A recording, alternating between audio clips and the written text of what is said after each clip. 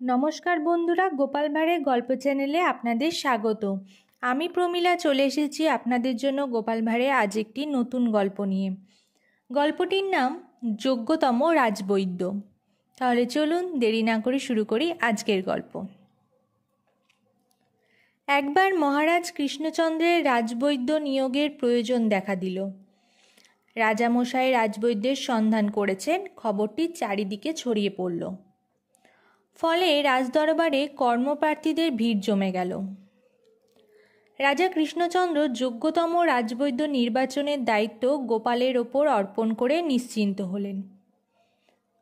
गोपाल कर्मप्रार्थी राजवैद्यदेर निये सुविशाल एकटी कक्षे बसते दिल। गोपाल एबार कर्तव्य कर्म सम्पादनेर काज शुरू करल। से योग्य वैद्य काके बला जेते पारे से विषये एकटी संक्षिप्त भाषण दिल। ज्ञानीरा बोलेछेन जे वैद्य सारा जीवने अंतत 1000 रोगीके परपारे पाठाते पेरेछेन एकमात्र तिनिई योग्यतम वैद्य, राजवैद्य हबार योग्य। गोपालेर मुखेर कथा शेष होते ना होतेई उपस्थित वैद्यदेर मध्य थेके एकजन बोले उठल, आमार चिकित्सार फले मोट 8000 रोगीर मध्य 3000 रोगीकेई परपारे पाठिये दिते पेरेछि। अतएव तार मुखेर कथा शेष हबार आगेई अन्य एकजन वैद्य बोले उठलेन, 1000 एमनकि 3000ओ आमार हाते मृत रोगीर तुलनाय खुबই सामान्य ব্যাপার।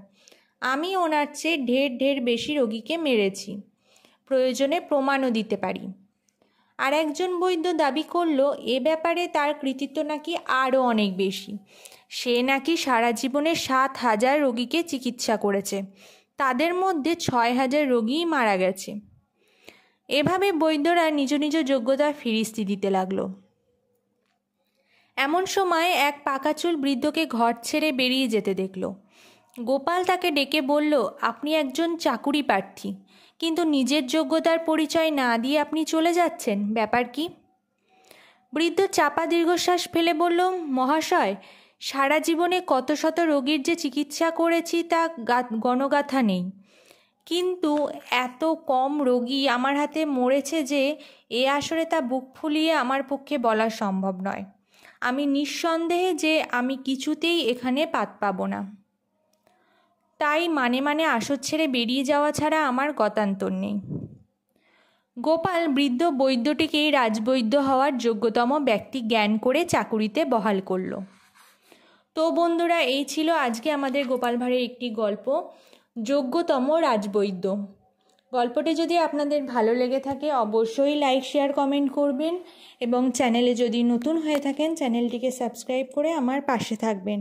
ফিরে আসবো খুব তাড়াতাড়ি নতুন একটি গল্পের সাথে। ধন্যবাদ।